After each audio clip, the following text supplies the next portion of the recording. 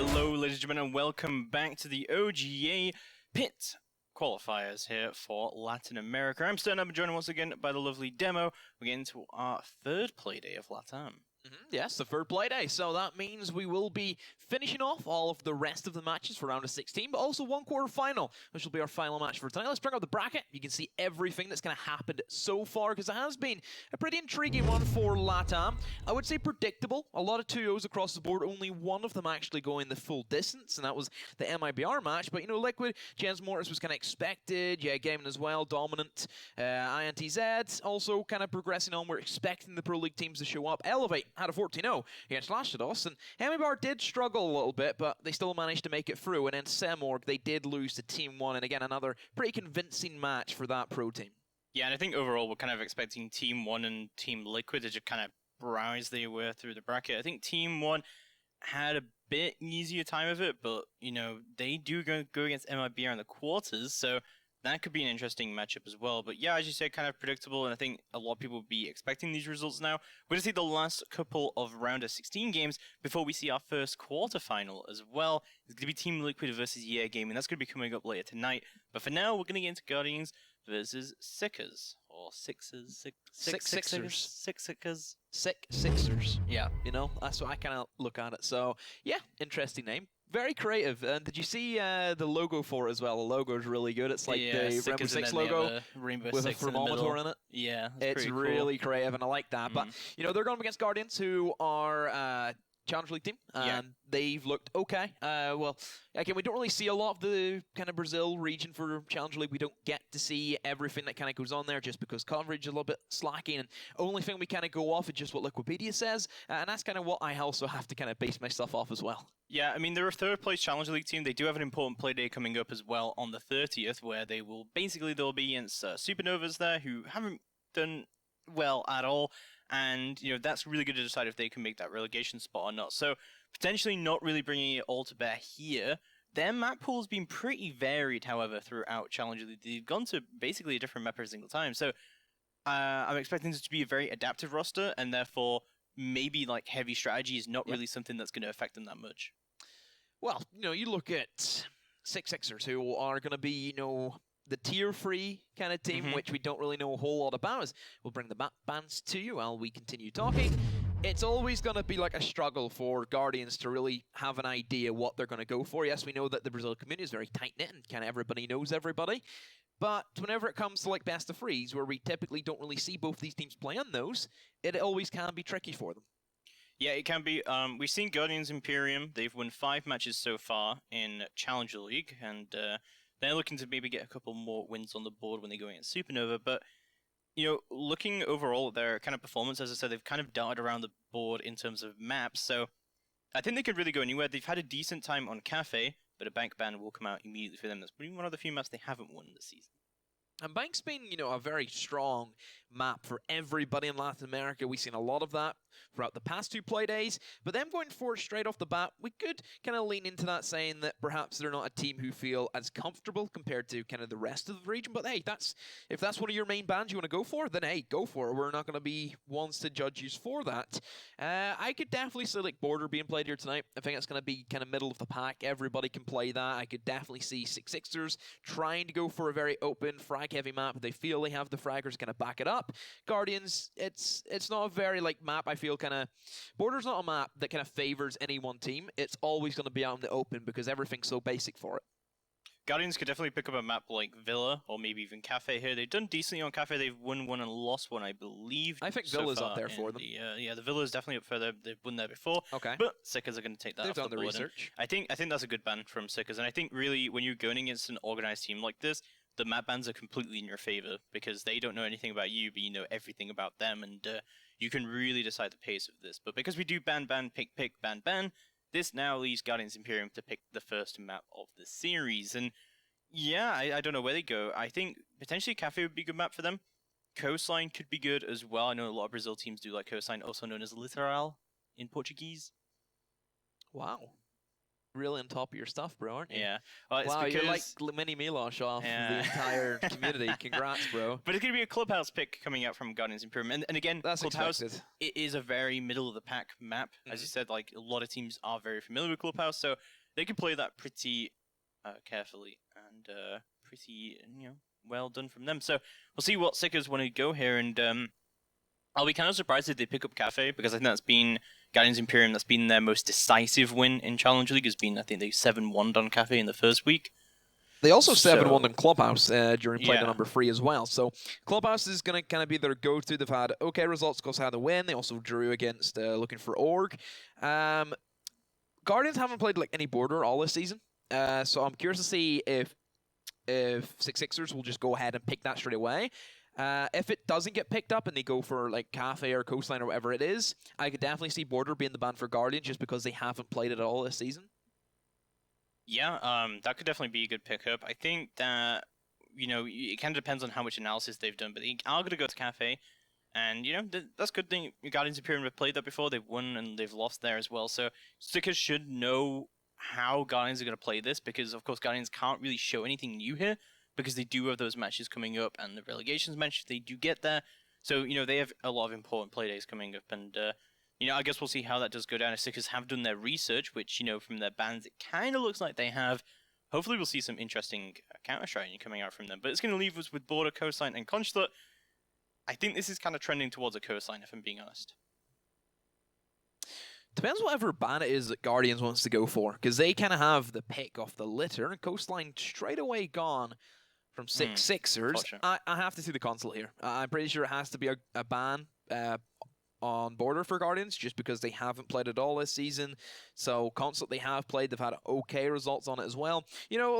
Sure, Guardians are up there in Challenger League sitting third, but it doesn't look as if they're going to make it into the relegation just because there's 6 points separating them from second place, and they basically have to rely on Chicos losing both of their maps, which is going to be a bit of a rare one for them to really see them choke away that. I don't know. I just feel as if they can go into this playing wherever they want to. I kind of feel as if that's out of their control now for Challenger League, and they can just go wherever they want to go for. Yeah, I think there's definitely a perception as well, and that they could do what they want here. But it is going to be Consulate, it's going to be a Border ban, as you were predicting. So those are going to be our 3 maps. It's going to be Clubhouse, Cafe, Dostoevsky, and Consulate. So a bit of an interesting series for us here. Not too unusual to see a bit of Clubhouse and OGA. No, I think that's pretty basic, pretty standard. There's not a whole lot that you can look at Clubhouse and say that we haven't really seen much. Every team knows how to play it. Cafe, again, you look at old remnants of Cafe, teams still remember and know how to play there, but then this kind of upgraded version just allows, I kind of feel, the defense to have a little bit more control compared to what it used to be in old Cafe, where the attack had everything going for them. So it is a lot more balanced and varied. In some places, I feel as if bans are like a massive thing now just for every map, because one operator can just determine the outcome of an entire map. Oh yeah, like operator bans, especially on Clubhouse, really, really does determine in which way it will swing. And I think that does make it a very unique map in that way. I can't think of many maps that rely solely on operator bans, where in terms of it becomes attacker or defender sided, unless it's like a really weird ban, unless it's like a really like double hard and a Thatcher ban. Yeah, that's true. We did see a Thatcher ban a couple of times yesterday on North America for the Thatcher ban, and that definitely did swing favor into the defense. We saw Orgles pick up a few critical rounds on their defenses as well.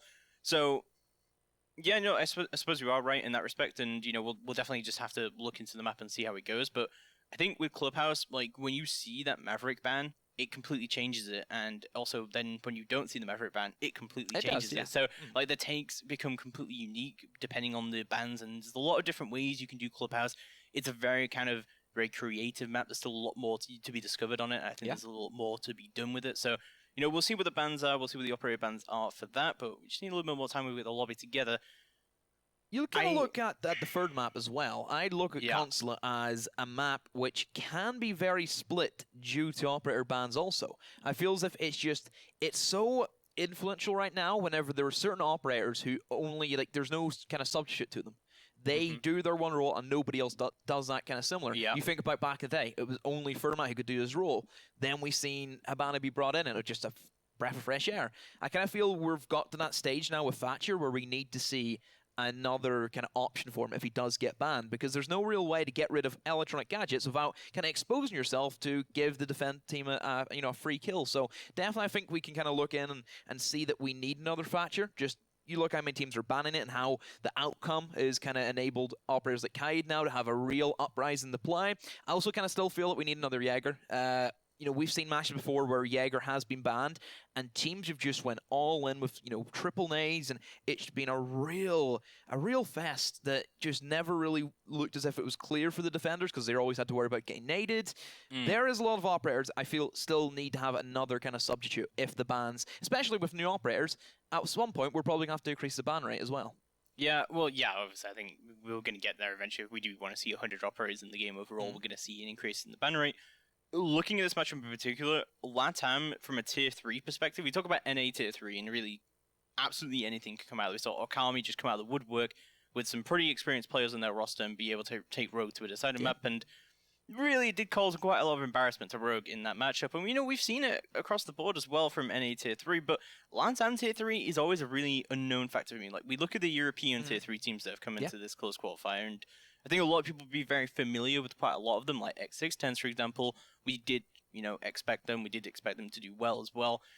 We know that's an organized team. From LATAM Tier 3, it's always a very unknown factor. They're really known as a very frag-heavy region. Yeah. There is a lot of underage talent there as well in LATAM. I mean, you look at people that the Tier 1 team picks up just instantly off the bat, and you know that there's a lot of underage talent still developing in LATAM that have just now coming of age going into the next Pro League season. So this is also a proving ground as well at this point for a lot of these teams to prove themselves against Challenger League teams, against Pro League teams in a close qualifier, and I think there's still potential for an upset here. Well, you look at the kind of regions and how they're all kind of based. It all comes down to the grassroots competitions that are in each of the region. EU, of course, having a lot more. And LATAM, well, we know they have fraggers, and let's see if we see any more of them tonight as we're ready to hop into Clubhouse. And let's see what the bans are, because this is always going to determine who gets the better end of the stick. Well, Sickers are going to be starting out on that defense, of course, so we'll see exactly how they want to swing things here with their attack ban. I would normally call out something I expect here, but I have no idea what to expect from Sickers. It is going to be Habana ban. Interesting. You don't see too much Habana on Clubhouse, although I do like that ban. We've seen a fair few Habana bans so far in Clubhouse. You look across all regions, that hasn't been like a real strange thing. I kind of feel like that's because teams realize that how good they can get it on their defensive half with the Church. Habana was a massive thing for being added in for Clubhouse. There was free hatches, a lot of walls. It just means that specific basement is going to be really difficult to get rid of whenever you're kind of limited to only a Thermite, and now you don't even get the Maverick to accompany that, so this makes things a heck of a lot harder for the attack. Yeah, that's also going to leave Capitao up, however, which I think is a rare occurrence on Clubhouse to not see a Capitao ban, and he is going to be allowed through into that. We're going to see a Mirror ban come out as well, so Zickers are going to be given the last ban. I'm going to guess probably an Echo, but it could also be Maestro, or really something else different, but no, it is going to be an Echo. So that does leave Maestro up on the board, but there's also quite a lot of operators on the board who potentially you would see to be banned here. Thatcher, of course, as well, making his way through. Kaid making his way through, and there's still a lot to play with here in terms of operators, but those two attacker bans, the Habana and the Maverick, that is going to swing things pretty heavily into the favor of the defense, unless Guardians are, they're used to playing with a Capitao and they know how to play this off, but doesn't look like they're bringing this. Well, just only having the Thermite, it should be okay for your top floor cash. It's the Church now that you need to worry about. There isn't really anything stopping you from carrying out a great attack in towards the cache. You still have your Thermite to create that massive breach. You still have multiple ways of getting rid of like a Bandit or a Kaid whenever Thatcher's still on the board. That shouldn't be a real issue. It's just that the way the basement is kind of laid out with the reinforcements, you need more than one hard breach to actually make a successful push, because you can end up kind of bottlenecking yourself into like a one-way street that you can't really back your way out of. And that could be an issue that Guardians could run into with only just having the Thermite, because now you're limited to options. Whenever you only have the two Thermites, you kind of go back to the year one meta before Habana was in. Clubhouse was still back in the day. Of course, it was old Clubhouse, but it kind of plays out similar to how the basement still is being held. You have 3 hatches, you can open up 2 of them. Typically, teams like to try and open up triple wall. Do you then sacrifice a kitchen or a blue hatch to still keep enough for the triple wall? A lot of options now that teams can go for. Heck, we can even see the kitchen plus dirt tunnel that used to be an old thing back in the day. There is still options, but it's going to be a lot tougher, and a lot of decision-making now for Guardians to see if they can pull this out of the bag. I'm kind of surprised from Sickers we haven't seen a lot more hard breach denial. I really would have expected a Cade or at least a Bandit, really. We do see the Mute coming into this, and also it does give rise to that Mute and Mozzie combo coming through. But with that draw up on the board still, a lot of that is still going to be affected. I still would like to see maybe like a kitchen take, but oh, it looks like Ashe already making her way through onto dirt. They've already opened it up, so this is looking like an immediate kitchen take. We'll see already the Ashe slowly creeping her way down. The Mute Gem, that's badly placed as well. Senkai is still able to get all the way in here. Drone is going to go out ahead of them. They've got to know there's someone K9 right now. It'll peek up. Senkai takes the first kill. Mice is down already. That's a great entry frag coming out from the Ashe, and that's really all you need with that dirt push to be successful. Oh no, the refrag does come through from 7, however, as the work side to get done above. Nitro is going to go out, but KDS does survive that. So now they've kind of trapped themselves into simply going for the dirt and kitchen. They've wasted 1 Thermite charge to open up the dirt, and I'm sure the other one will try and be used in kitchen. I do expect KDS now to try and assist his team, and he knows their Maestro there. Why isn't he using more of his skeleton key? There's not really any places Maestro can sit, and still doesn't end up getting the kill, but instead Thermite will have to do the job for him, and now Guardians, they're in the site. 7x all to do it. And that's Guardians. Round number 1, down to sheer gunfights alone. Just a really good round for them. I think really bad setup from Sickers, honestly, though, from the they had a signal disruptor in dirt, but it didn't actually block all of that dirt tunnel, and the drone was able to get really deep in. Like, if you're going to put a signal disruptor there, that is clearly for a drone, and it just wasn't placed correctly, and it allowed the Ashes to get all the way in there and just get such a tight angle. You've got to be worried about that crouch walking Ashe. And I mean, we've seen it a number of times actually already in OGA, just a crouch walking Ashe coming through and has devastated people on the flank. Oh, we see that just not in OGA. Anywhere in the world you will see that. That is like that's classic, a common occurrence. Comp, yeah. You know, that's why we always talk about the 5-speed Ashe, who just walks in and out of nowhere explodes into the bomb site. And if you have a player who is capable and can play in that mindset where he is solely designed to get kills, that is perfect. Entry fragging is one of the hardest roles you can have on a team. And if you have someone who can do that well, who just doesn't have a brain and just kills, that's a great asset for any team to have. But then it also means you need to have a even better IGL to control that thing. That is true, but Guardians definitely, that is exactly what you need to do, and I think this is kind of what I expected from Guardians, looking at their kind of like map pool, that they're going to be a very adaptive team, and they just look at what's going wrong in their setup, and they go, okay, let's just hammer into that side then, and that's going to be a very important win for Guardians on a core site, and a core site that we thought was going to be a big issue for attackers to try and get into. Let's see if Stickers manage to change their setup a little bit. They're bringing the Bandit instead of the Mute this time. I think that's a good change, considering that you weren't doing too much of a roam game. Yeah, but Bandit's not really going to do much anyway with the kind of push that we've seen come out from Guardians. Yeah. Surprised why Kaid wasn't chosen, because that's kind of like the obvious one to try and stop the Thermite charge.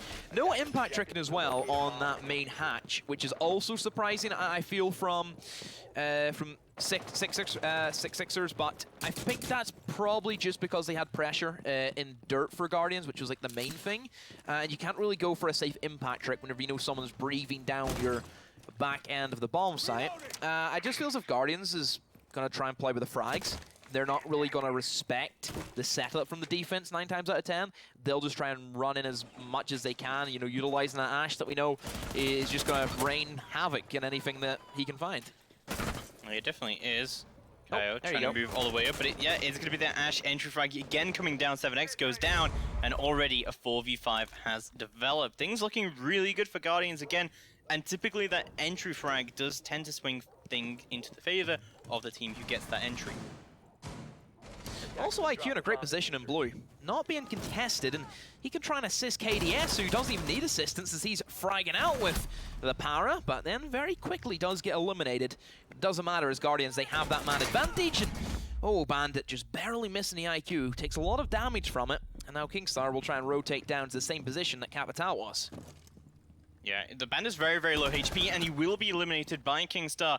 It's all down to Beckman to see if he can bring this in. Still holding on to Moto. He does have that camera up on default. Diffuser is actually down on Moto Hatch as well. So it's definitely very, very winnable right now with 3v1. He's going to slowly push up. Drones have come out, but no, he's going to be eliminated. And Guardians take round number 2. This is looking absolutely beautiful from them. And they're just completely tearing them apart right now. They've got all the info. They know exactly the kind of setup. And I just think there's huge mistakes in the setup coming out from 6-6's. Yeah, this is LATAM to a T. There is no real in-depth strategy. There is no real taking your time with Clubhouse, which is kind of the norm. They're trying to speedrun, which, again, is kind of what LATAM has done for the past 2 play days. They just want to try and get this game done and out of the way with, and as quick as they can to move on. And Guardians, they're just going to just run through them, similar to what we've seen every LATAM team who have had that upper edge, who we kind of pitch to be the better side and who can move on to the next round against these tier 3 teams who we kind of know nothing about, who we don't really expect anything from them. And Guardians are just running it for all it's worth. They definitely are. Moving to round number 3, however, as we go to a CCTV room and cash room defense now. So, 6-6's obviously, and they've decided that wasn't working for them, and they're going to go upstairs instead. I think we kind of expect that this is not really the problem bomb site here for Guardians, but we haven't seen them attack it just yet. I think one of the big issues for 6-6's is this Ashe has been able to get in and get an entry frag every single round so far. It's a lot harder to do that on this site, I think. Especially with the Legion being brought now. Legion, I thought, was gonna be for the second round for 6-6ers, simply because if they had issues with a crouch walking Ashe in dirt, with no real sound indication or information to know that she was there, Legion's like the obvious one to stop any rushes. That's why he was brought in, as the time whenever the meta was very potent to quick rushes in, and we've seen Legion and Ella being added into one update, which, you know, old Ella back in the day, boy, with the 4 Grismots and everything that she had going for her. We still kind of see the same rushes, because Legion isn't, I would say, a big thing compared to like back in the day. Yes, he's still like a great operator that I feel fits into any team composition, but other teams like to go for the more utility-based operators that counter like main hard breachers and you know, different operators specifically, rather than like just a crouch walking Ashe. Kind of surprised that they didn't barricade the door to stop any Zofia tracking going down, but Guardians not brought Zofia, so not intended to do that, and the Capital hasn't exactly tried to check it out. Listen, what is that? That is terrible coordination coming up from Guardians when we have Capital up on the board. This Bandit should not have been allowed to do that. Capital is going to start to move up, however, just fire the crossbow bolt, but Bandit isn't even near the wall right now, and KDS should be aware of this right now, though. Just Bandit playing his hand, and KDS never really went for the peak. Sure, they lost one Bandit, the Bandit trick lost one charge, but it doesn't really matter whenever they get that wall open. That's the only thing they really need to make this push a success. But then they've rotated everybody towards construction and are looking to push in towards A, but they don't have any more hard breach to try and make that success. But hey, if you have Ashe fragging out, then does it really matter? So pretty much for Guardians, they will just keep going with the let's push in and try and get the kills technique. Yeah, they'll definitely try and do that. Looks like Kaneho from the other side is going to try and do what he can, but it's going to be the Maestro who takes Kingstar off the board already, turning it into a 4v4. But the Legion being down, and I think this is kind of swinging to the favor of Guardians. They have a lot more control, but as you said, that construction wall is not going to be easy to push into.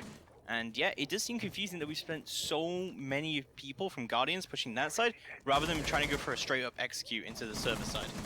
They're inside, though. They've just jumped in the windows and through the breach, and now Capital barely misses the man in the corner. But then there's the refrags, and Guardian, they collapse as well as they did in the past 2 rounds, and they take round number 3, and, well, James, I think we're in for a quick night. Yeah, this is looking absolutely awful from 6-6's. I mean, I think there's been a lot of mistakes in their setup, although, you know, you could say that the Bandit trick was successful, and the Bandit doesn't really need to keep tricking that wall if you just got one thermite. I mean, I think you can play your life there then. But yeah, it's crazy that they just allowed them to collapse in with only one wall open. It normally takes a couple of walls at least, or maybe even some kind of execute. But yeah, Guardians just don't seem to care about any of that, and they just seem to walk in and just still getting this entry frag every single time. There's Ashe 3 times in a row. Senkai's done a great job on the entry. back up the cash now, and you know, if you're 6-6ers and you look at the bans, you think, okay, guys, this should be an easy defensive half. There's no Habana, there's no Maverick, only just the Thermite. They're limited with their options. Church should be an absolute godsend. We'll never lose that, ever. Oh, look, we lost the first 2 rounds. Right, let's try cash. Oh, we've just lost this now. Let's try it once more, and I don't think it's going to work for them again.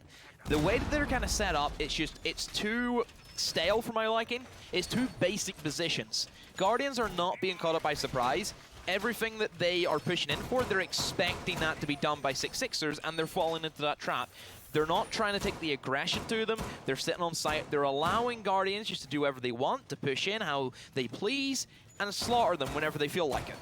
There's still cracks in the attack coming out from Guardians. There was a little bit of miscoordination there that allowed one of the Thermite charges to get bandit tricked, and as you said, they moved into construction. I think the whole plan was that it wasn't going to get tricked at all, and they were just, you know, kind of banking off of that whole thing. So we'll see how things are going to go now for 6-6. It looks like they're going to just bring in the same setup they did last time. But yeah, as you said, this is a very, very basic setup, and this is kind of what Guardians should be expecting moving into this, and especially already seeing the operator lineup. But it looks like we see a little bit more aggressive roam coming out here from 6-6ers.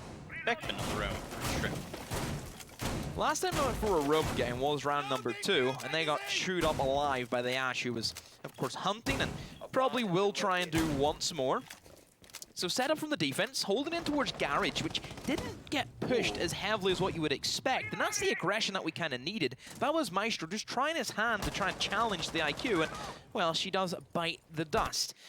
So Guardians on the back foot, but we have seen this before where it doesn't really phase them. Even if they do lose that first kill, they can still manage to push on in.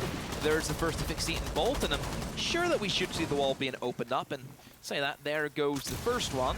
So that does create that, of course, that massive breach. It sanctions off the Maestro. He is now officially trapped and has also been downed, and with no dock on the side of 6-6ers, he's not going to be picked up anytime soon.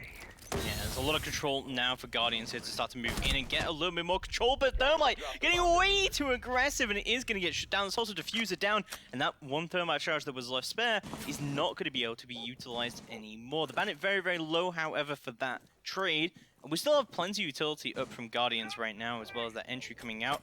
But he doesn't know that he's down. This is poor droning coming out from Guardians, but there we go. KDS is going to confirm that kill with a Capital Bolt. That's not great utility usage, but he's still got a couple smokes. So. Tries to peek on in and will eliminate the Legion and takes his head clean off the shoulders. And all of a sudden, there is potential for Guardians to try and win this out. Oh, but unfortunately, the refrag. Great crossfire had been established by Jaeger below and wasn't checked out by Guardians. And the man who has been causing 6-6ers a lot of issues is all by himself. See if he can push in. Has the R4C in hand. Doesn't have Diffuser though, so just playing for the kills. Yeah, he's got plenty of time to work with, however, and 3 flashbangs as well, but none of that's going to help him. 6-6ers find their first round on the defense, finally putting themselves on the board here, and potentially, you know, a little bit more cautious about it. I feel like there's just really bad droning coming out from Guardians so far. The fact that the Maestro was downed up in rafters, and they used a Capital Bot to kill him after he was down for, what, like 20 seconds still? That is something they should just have been able to confirm so far. I'm not sure why the Thermite was so aggressive on the wall as well, and like, there's cracks on both sides right now, but Guardians definitely the better team right now. It just feels like a lot of the time that 6-6ers haven't really adapted to these operator bans. It's not even like the lack of droning, it's simply because Guardians are getting carried away. They have that kind of cockiness around them, they're feeling very confident. They're just going to try and push in and kill as many people as they can. They're peeking one by one with no refrag potential. They are just playing as 5 players rather than a team. But perhaps a team rush could help them out, as whenever I see the Finca being locked in by Latin America, I know that means a rush is coming. Any region, honestly. I think we've seen, every time we've seen the Finca from any region, there's just been an immediate rush coming out from most of them. But let's see how it does go down. We don't see any Cade again coming out from 6-6ers, so I think this is fine from Guardians to have this lineup to not bring the Thatcher, because they shouldn't really be that worried about it. If they're going for a pure dirt and kitchen take, then, and they just want to rush through dirt or rush through kitchen or whatever and rush down the main stairs, then it's completely fine. They don't really need a Thatcher. If they just want to bring the fraggers, you know, you've got the Twitch, the Zofia, the Ash, it's absolutely fine. But the Finca, that works quite well. So we'll have a look at what that's going to go down. Kingster has managed to move his drone up into blue as well, but just get eliminated. So I'm very interested in what the actual take is here from Guardians, but I would guess mostly a kitchen side take, maybe a rush down mainsters. Wherever the wind takes them, whenever they see an option, Pulse being added into the lineup, that should help them to gain that early information, because if you select 4 bodies in main stairs, you know exactly what to expect, and well, that's a great start now for 6-6. There's just a little spawn peak that clearly Guardians weren't expecting on their end, and that does set them up nicely, especially losing the Ashe, who, well, had a big thing to say on those past 2 church defense. I mean, that's kind of what happens when you get a little bit too overzealous and you do get spawn peaked like that, and things can go badly for you. Drone's going into blue, however, KDS leading the charge on the Zofia to see what he can do here, but Pulse is going to be saying that, and they do know. They've given up control of blue, but they're going to know if anyone is in blue. Finkerbuff is going to go out now. KDS can try and make his way through, but Nitro is going to go out. It's going to miss its target, unfortunately, as Dino is going to pick up the first kill of the round. Just get traded instantly, sorry, first kill for Guardians as they move in to try and get control, but Brady goes down as well from Dirt. No Dirt push coming through at all, and it's just a complete slaughter. It's all down to Kingstar. He finds 1. He's got to find 3 more if he wants to bring this in. He's got plenty of time to work, and he gets another kill. 7 just go down. He's got 2 more to find if he wants to bring this in, but no, the Valkyrie is able to take him down. Sickers do take round number 5, and things looking much better for them here. They need another round, though, if they really want to bring this in for themselves. Oh yeah, they only have 1 more chance now at defense. This is their last one, and they have to make it count, and it will be for their gym. We haven't seen a gym yet, though, so this is new territory for everyone now in the lobby.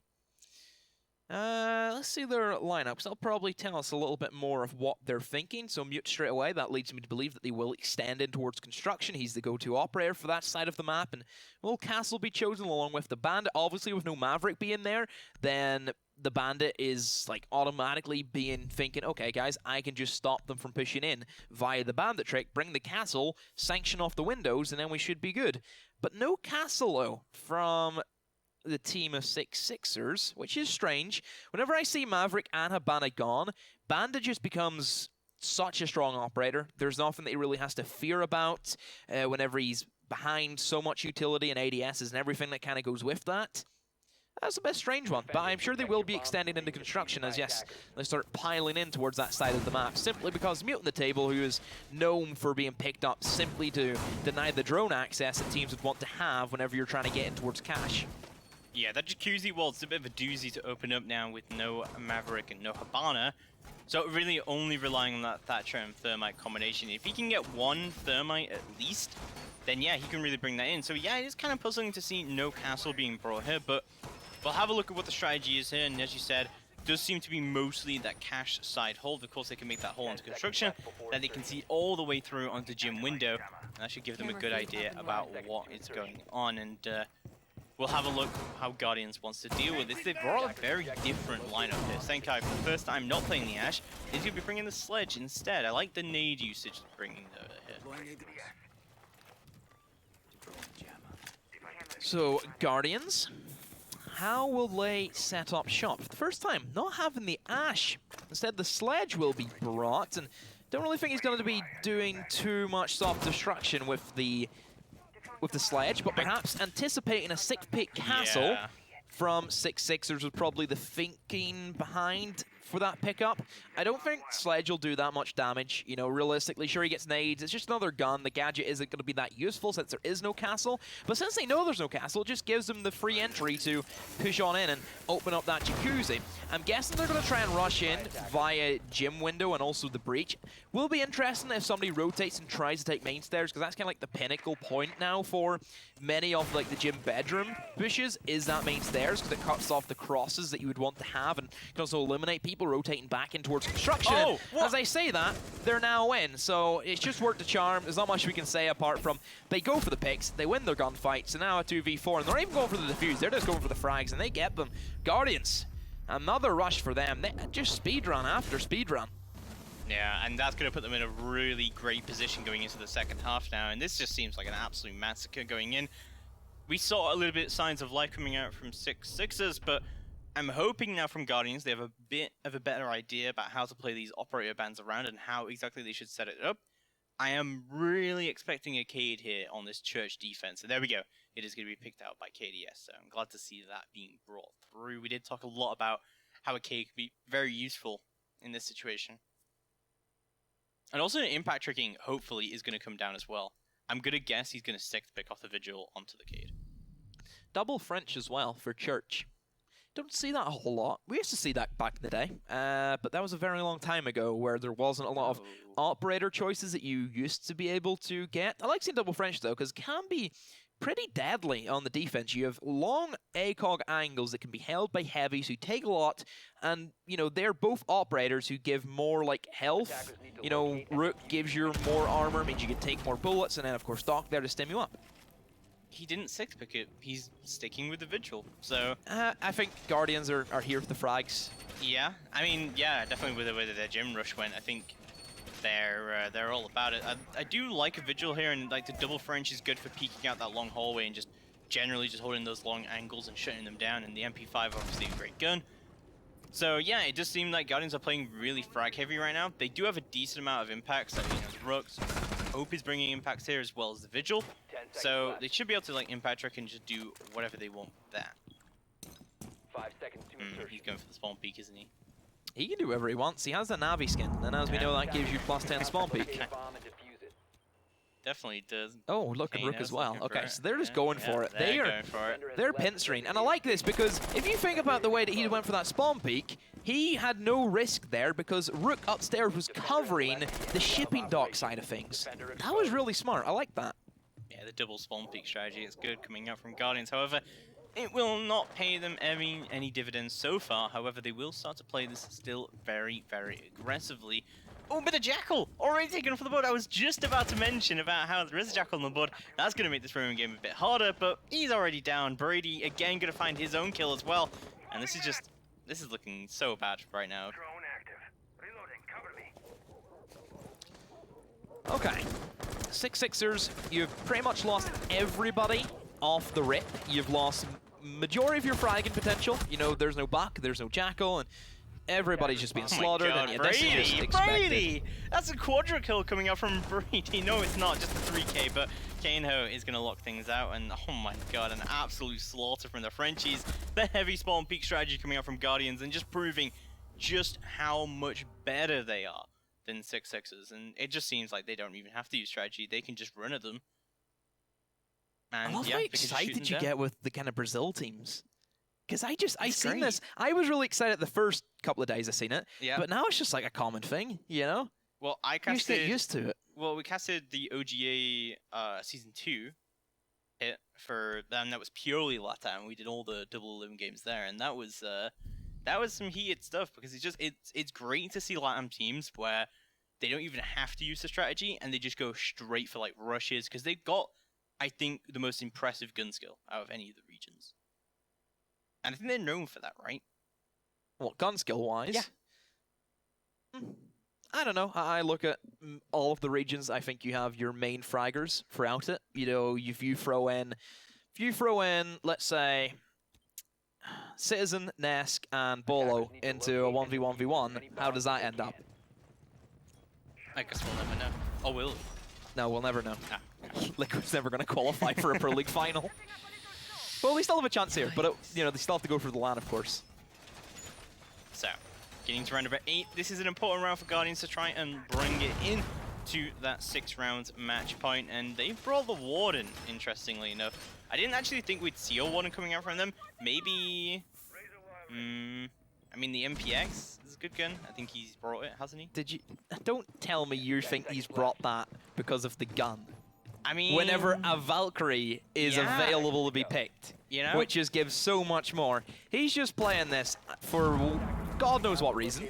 We The never smart will know. glasses make you like plus 10 IQ, right? So No, that's not how that works, James. it's gonna help him make the No. spawn peak happen. So he's gonna get the spawn peak kill now because of Nope. his glasses. Oh no, not able to quite make it connect, unfortunately.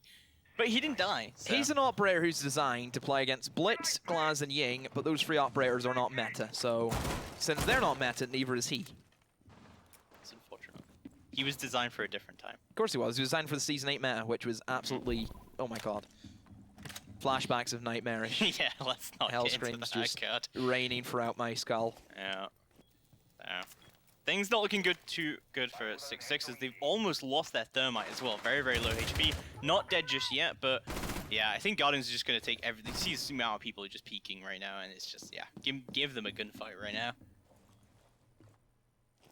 Things looking still very slow for 6-6s. I'm not sure what their coordination is here right now. And they just seem to be expecting runouts from everywhere. Yeah, they're basically doing what I do, and that's just sit on the roof and wait for these guys to peek me, because after what they just did to them last round, I would not want to go anywhere near them for this specific reason. And it's just, it's just boring now, isn't it? It's just kill them already. Just put them out of their misery. Clearly, 6-6ers, they want to sit in the roof. Just let them be, man. There's no point. just leave them alone. Leave them alone, man. They're going to give you the win down to the time. Don't worry about it. Oh, well, that was lucky. And there's the quick refrag straight away. Gets gunned down, and there you go. Everybody is just dead. Just death and decay. I think as soon as they lost that thermite, I think they just lost the round anyway. But yeah, you can tell that 6-6ers are very afraid of what's happening right now. But honestly, if I'm them, like, I'm bringing a Nomad, I'm bringing 5 Claymores, I'm just not even dealing with any of that right now. And we haven't really seen that. We've just seen them just sit and stare at windows, and even then, it hasn't worked out for them. They haven't been able to get many kills up on this attack. And now it's match point to Guardians. This is looking like a complete rollover right now from them, although we do have Cafe coming up, which, you know, may just go the same way. Yes, more windows. But that is Sicker's, that's their map pick, so they didn't choose to come to Clubhouse. That's true, but then again, Guardians have had their fair share of play on Cafe this season, so we know they can play that map, and whenever they're not playing with strategies, and Cafe isn't like the most over-eccentric strategy map. All of them are very basic, and they're solely relying on gun skill. They should have no problem just doing exactly what they're doing in Club. Because if this is what they're doing on a more strat-heavy map compared to Cafe, what are they going to do? What are they going to do in Cafe if this is what they're doing in Club? They also get to, well, I assume they'll pick defense to start on Cafe as well, so and then they just run up a 5-1-6-0 tab, and there you go. Well, 6-6ers are definitely going to have to try and pick it up if they want to bring this in at all, but things so far have not looked good for them. And normally when you see this kind of scoreline, you think that, okay, they've just done some really bad utility usage, or it's just been unlucky or in timing, but this is a team that is just scared right now, and they're letting Guardians run all over them right now. Why has he done that? 5 seconds left. Done what? He just reinforced kitchen hatch. Yeah. Attackers are So that he can locate a bomb play, and defuse it. you know, around it. No, that... Why are they... Why have they done that? Oh! It's so he can get the spawn. Why has he done that? Why are they reinforcing as if it's a down... Did they think that 6-6ers are that bad? They'll believe that it's a downstairs defense? Is this what they're trying to pull? Oh my This God. man's outside of the map. No. They have families! Oh, this is not good. Oh, he gets the kill! What? Are you kidding me right now? How did you let him do that to you? This is embarrassing right now for 6-6ers, and sheesh, they're not even able to get any exit frags right now. This is a 5v2, and this is just embarrassing right now. But they are able to pick up one. Beckman has definitely been one of the top fraggers for 6-6ers, but yeah, this is, oh god, this is a slaughter. Who's gonna be next to die? Oh, it's Beckman. And, well, now SAPPHIRE. 1v3, and let's see who hunts him down and kills him. So they're just playing the way they're... No, it's not winnable, James. Don't. It's not winnable. He's got full utility. Man, these guys are outside of the map, and he's not even peeking them. It's not winnable. He's Zofia. The Rook's really low HP. I think it's winnable. I like to stay optimistic. You said like round number 2 it was winnable for them as well, and they also got landslided. True. You think everything's winnable? Attackers I've seen these scenarios play out 1,001 times, and they've all been wins for the defenders. I've seen this before, James. I think your anti-believing is making them lose the match right now. You're good.